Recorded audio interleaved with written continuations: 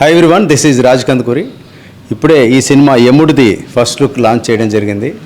దీన్ని నిర్మించి నటించి దర్శకత్వం వహించినటువంటి వ్యక్తి జగదీష్ ఆమంచి, ఇక్కడ నా పక్కన ఉన్నాడు. తనే ఈ పోస్టర్లో ఉన్న వ్యక్తి కూడాను.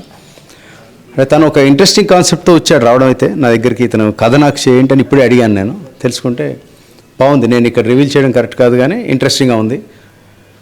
నిజంగా తను అనుకున్నది కనుక ఎగ్జిక్యూట్ చేసి ఉండి కరెక్ట్గా ప్రజెంట్ చేసి ఉంటే ప్రజలకి నచ్చచ్చు ఇది. ఎందుకంటే సినిమా మేకింగ్ కనుక బాగుంటే, ఇంట్రెస్టింగ్గా ఉంటే, ఒక 2 hours కూర్చోబెట్టగలిగితే కరెక్ట్గా చూస్తారని నమ్మకం ఉంది. ఇప్పుడు కొత్త సినిమాని, చిన్న సినిమాని కూడా ఎంకరేజ్ చేస్తున్న రోజులు ఇవి. కాబట్టి ఇటువంటి యంగ్స్టర్స్ని ఎంకరేజ్ చేద్దాం. ఈ టీం బాగా మంచి వర్క్ చేసి ఉంటారని ఆశిస్తున్నాను. విష్ దిస్ టీమ్ ఆఫ్ యముడు ఆల్ ది బెస్ట్. జగదీష్ని, అలాగే జగన్నాథ్ పిక్చర్స్, వీళ్ళందరికీ ఆల్ ది బెస్ట్ చెప్తూ, ఇలాంటి మంచి అటెంప్ట్స్ ఎప్పుడు వచ్చినా మీడియా సహకరిస్తోంది, హెల్ప్ చేస్తోంది. సో మీడియా హెల్ప్ చాలా అవసరం. కంటెంట్ బాగుంటే ఎప్పుడు మీరు సపోర్ట్ చేస్తున్నారు, ఇది కనుక బాగుంటే సపోర్ట్ చేయండి. All the best. Hi everyone. ముందుగా రాజ్ కందుకూరి సార్కి, మీడియాకి, ప్రజలకి ధన్యవాదాలు. నా పేరు జగదీష్ ఆమంచి. నేను ప్రొడ్యూసర్గా, డైరెక్టర్గా, రైటర్గా అండ్ యాక్టర్గా ఈ యముడు మూవీ నిర్మించాను. Thank you very much sir. మీరు మాకు టైం మీ ఇచ్చినందుకు గాను thank you very much. Cinema విషయానికి వస్తే, యముడు అనే కాన్సెప్ట్ టైటిల్ వచ్చేసి సినిమాకు రిలేటెడ్గా తీసుకున్నాము.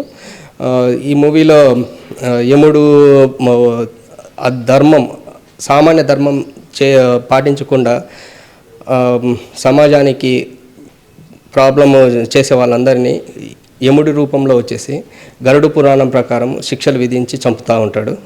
దాని ఆల్టర్నేటివ్గా ప్యారలల్గా పోలీస్ వ్యవస్థ కూడా క్యాచ్ చేయడానికి ట్రై చేస్తుంది. ఫైనల్గా జనాలకి మెసేజ్ వాట్ ఈజ్ యముడు అనేసి ఫైనల్ రివీలింగ్ సినిమాలు మీరు చూడొచ్చు.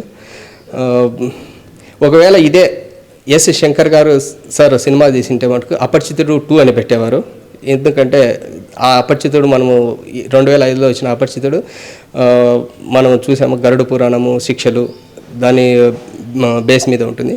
ఈ సినిమా కూడా ఆ బేస్ కాన్సెప్ట్తో ఉంటుంది, కానీ కథనము మనం చూపించే విధానము డిఫరెంట్గా ఉంటుంది. డిఫరెంట్ స్టోరీతో వస్తున్నాము.